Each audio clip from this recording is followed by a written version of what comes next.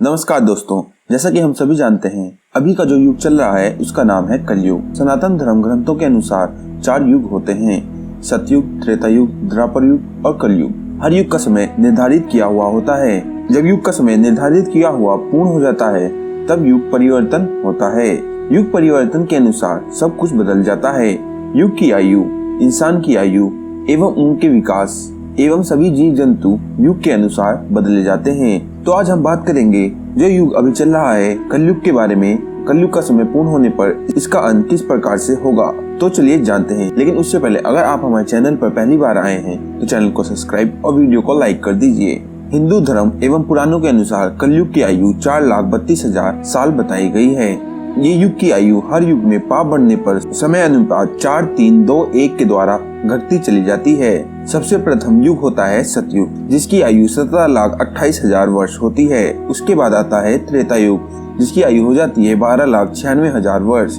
उसके बाद आता है द्वापर युग, जिसकी आयु होती है 8,64,000। अब चल रहा है कलयुग, जिसकी आयु 4,32,000 साल की है। और अभी कलयुग का प्रथम चरण ही चल रहा है, जो 2016 तक 5,000 वर्ष तक बीत चुके हैं। अभी कलयुग का अंत होने में बहुत समय बाकी है। कलयुग का अंत एवं अंतिम चरण कैसा होगा, इसका उल्लेख पुराणों में मिलता है।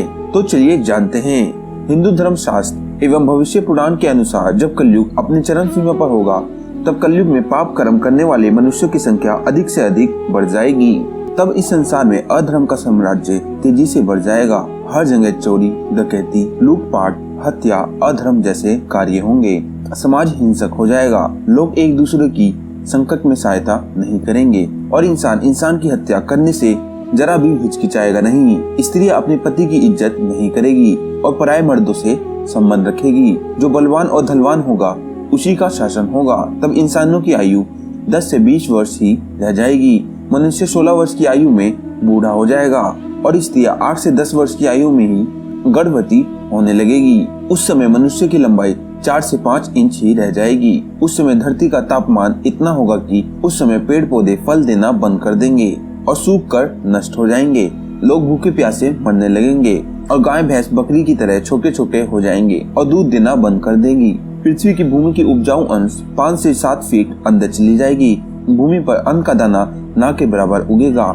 लोग भूख प्यास एवं अकाल से दम तोड़ने लगेंगे। पृथ्वी लोक से सभी देवी देवता लुप्त होकर अपने लोक चले जाएंगे एवं गंगा सहित सभी भारत की पवित्र नदियां सूख कर स्वर्ग लोक चली जाएंगी। जब चारों तरफ अधर्म का साम्राज्य बढ़ जाएगा और लोग भूखे प्यासे तड़प तड़प के मरने लगेंगे, तब पुराणों के अनुसार भगवान विष्णु के 10वें अवतार भगवान कल्कि का जन्म होगा। वे भगवान विष्णु के अवतार भगवान कल्कि समस्त संसार से मात्र 3 दिन में ही पापियों का सर्वनाश करके दोबारा से धर्म की स्थापना करेंगे। जब कलयुग में सारे पापियों का सर्वनाश हो जाएगा, उसके बाद नया युग सतयुग के लिए निर्माण के लिए और कलयुग के प्रभाव को खत्म करने के लिए लगातार इस पृथ्वी पर 12 सालों तक मोटी और मूसलाधार वर्षा एवं वज्रपात होगी, जिससे पूरी पृथ्वी पर पानी भर जाएगा। फिर एक साथ 12 सूरज उगेंगे और पृथ्वी पर जो पानी भर गया है उसे सोख लेगी। फिर इस पृथ्वी पर नई भूमि और नए युग का निर्माण होगा, जो सतयुग के नाम से जाना जाएगा। तब इस संसार में फिर से जीवन यापन संभव होगा। दोस्तों, शास्त्रों के अनुसार समय अवधि को बड़े विस्तार से बताया गया है। इनके अनुसार हमारे पितरों का एक दिन रात मनुष्य की 1 महीने के बराबर होता है। वहीं देवताओं का एक दिन रात मनुष्य के 1 साल के बराबर होता है। इसी प्रकार देवताओं का 1 महीना मनुष्य के 30 साल के बराबर होता है और देवताओं का 1 साल मनुष्य के 360 साल के बराबर होता है। शास्त्रों के अनुसार कलयुग 4,032 साल का है। इसमें अभी 4,27,000 साल बचे हुए हैं। 4,27,000 साल बाद इस धरती का कलयुग का और मनुष्य जाति का सर्वनाश हो जाएगा और फिर से सतयुग आरंभ होगा। धर्म पुराण में कलयुग की अवधि 4,32,000 साल बताई गई है। इसमें मनुष्य की उम्र कम से कम 100 साल की रहेगी, लेकिन धीरे धीरे घटकर ये 20 साल की ही रह जाएगी। इसके अलावा मनुष्य की लंबाई की बात करें तो उनकी लंबाई कम से कम अभी औसतन एक व्यक्ति की लंबाई 5 फीट 5 इंच होती है। लेकिन जैसे जैसे कलयुग का अंत करीब आएगा, मनुष्य जाति का भी अंत होने लगेगा।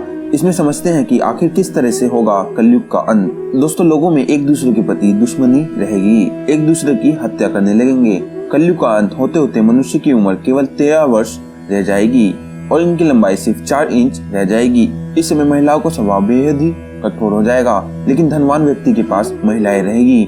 मनुष्य के स्वभाव की बात करें तो उनका स्वभाव गधों की तरह हो जाएगा। कोई भी व्यक्ति या स्त्री अपने प्राकृतिक खूबसूरत बालों को रंगना शुरू कर देगी। कलयुग में किसी के बाल भी लंबे और काले नहीं दिखाई देंगे। जिस दिन एक व्यक्ति ने अपने बाप के ऊपर हाथ उठाया तो समझ लेना कलयुग अपनी चरम सीमा पर है।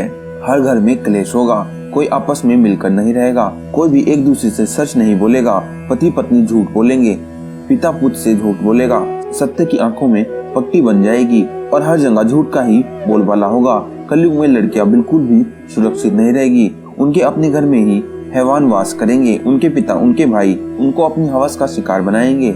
जिस तरह सत्यों के लोगों की उम्र लंबी होती है, उनकी मृत्यु भी बहुत अच्छी और दुर्लभ है, मगर कलयुग में ऐसा नहीं होगा। व्यक्ति की उम्र 15 से लेकर 20 साल ही रह जाएगी और उनको अकाल मृत्यु का सामना करना पड़ेगा। भागवत पुराण में लिखा है, जब सभी विद्या को छोड़कर मनुष्य संस्कार शून्य हो जाएंगे तब ऐसे लोग सत्ता पे काबिज होंगे। ये सबके सब पड़ले सिरे के झूठे, अधार्मिक और स्वर्ग दान करने वाले होंगे। दूसरे की स्त्री और धन हथियार लेने में ये सदा उत्सुक रहेंगे। ना तो इन्हें बढ़ते देर लगेगी ना घटते, इनकी शक्तियाँ और आयु थोड़ी होगी।